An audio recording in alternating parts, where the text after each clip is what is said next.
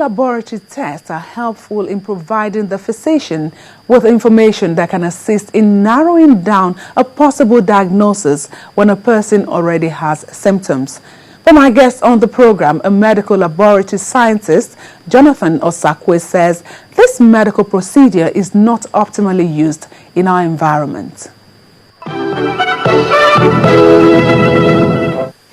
Thank you so much for speaking with us on Health News. Thank you for having me. So tell us, about medical laboratory testing. What does it involve?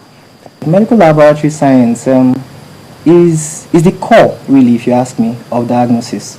It's the only reason why, as much as we have countless diseases, perhaps as much as 1 million, you and I know too well that they have just few symptoms. If they are not aches and pains, they are swellings, they are weight loss. All of that is what makes up symptoms.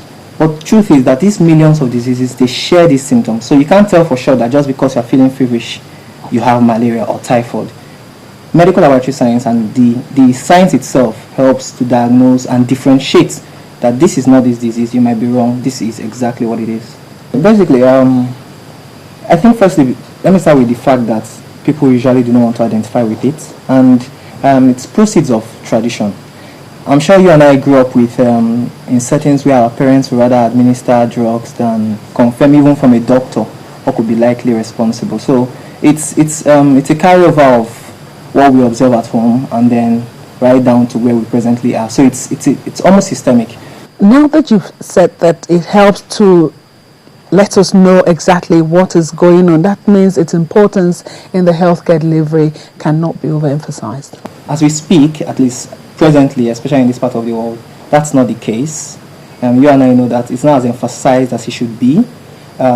We still have it short-circuited. You still have routes that come from patient to doctor, straight to either pharmacy or hospital beds. And there is the need to create not just the awareness, but the essence of this practice. Because ultimately, we're in the age now where you and I admit that it's clinically, evidence-based medicine. You cannot take that away. If there is no evidence of a malignancy, then what's the use, infusing such a person with drugs or recommending treatment regimens that are not effective?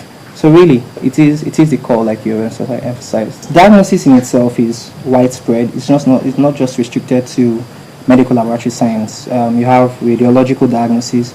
You even have diagnosis done by the doctors. Self-examination, cross-check with medical and family records, all of that. So yes, from a doctor's perspective, he might be right. But then that gives birth to the term that you and I might be familiar with, wrong diagnosis. That's where the practice of laboratory diagnosis comes in, such that he needs to confirm, are my suspicions about this medical disorder, are they right? If I think because he's feverish and he's vomiting, it might be typhoid, can I just confirm from the lab by referring this person there? I think that's the essence, really. Now the patient has come to the lab. Okay. What does that involve? What are you going to be doing? What kind of specimen do you guys work with? I think referrals usually define the specimen.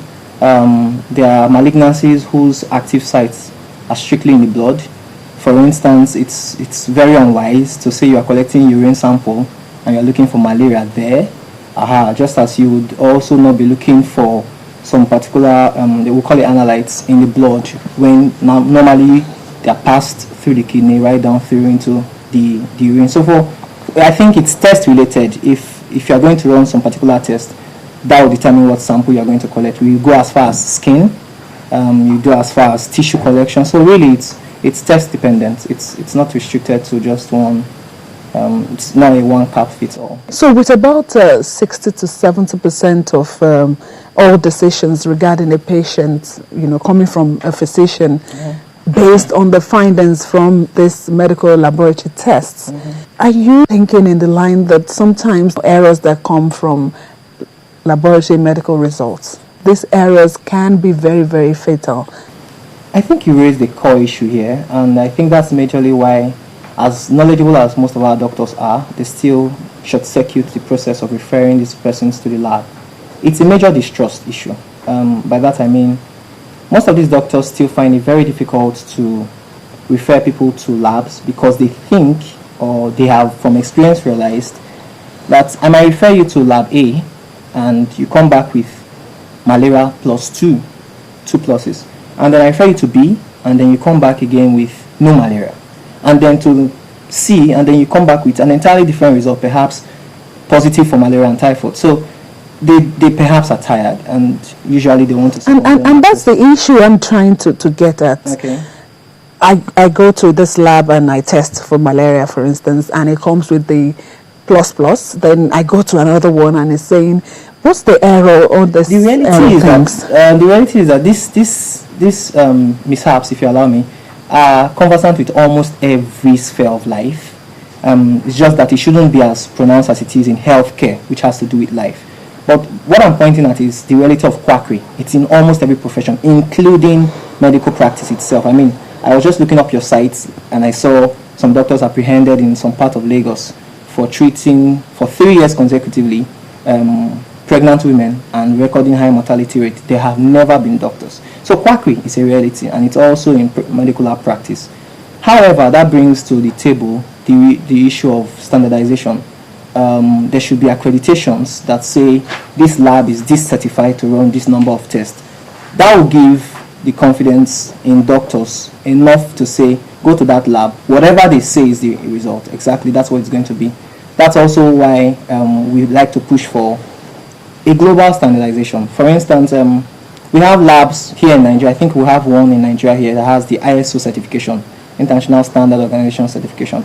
It means that a test result from that lab is presentable and acceptable anywhere in the world.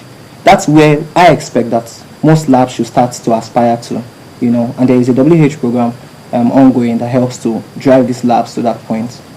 More like a reform, just as we observed in the bank, these labs will start to standardize such that the loss of confidence will be drastically reduced, and it will help both the patients, the system, healthcare, and then the doctors. Okay, can a medical lab scientist be legally held for wrong diagnosis? Yeah, certainly. The essence of licensing you is to say that now you are empowered with the ability to do this and that, and as such, if anything goes wrong, you can be held reprehensible. So yes, you can be held responsible. Of course, you are the performing technician per se. So yes, you should be held responsible. Okay, and what should people look out for? We're talking about quackery in this profession. What should people look out for if they have to go by themselves, for instance, to seek the service? I think ultimately the level of, and that's why I brought up the issue of ISO previously.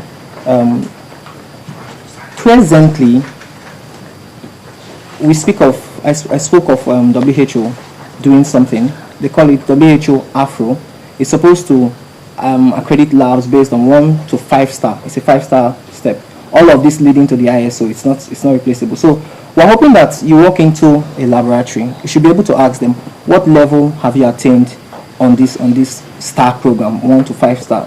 That tells you the confidence that these patients should repose in the labs. That's the only way really we can curb this, so that you know those that are sharp from those that are true wheat. Okay, and you guys handle so much specimen that sometimes you're exposed to infectious diseases. How do you protect yourselves? Part of the curriculum far back in school would be how to contain biohazards, the use of gloves, the use of lab coats, the use of face masks, whatever, depending on the nature of tests and the possible infection you're likely to question or query. Yes, that helps you to know what you should protect yourself against. So yeah, from school, you should have been conversant with that. Thank you so much for coming today. Welcome. Thank you.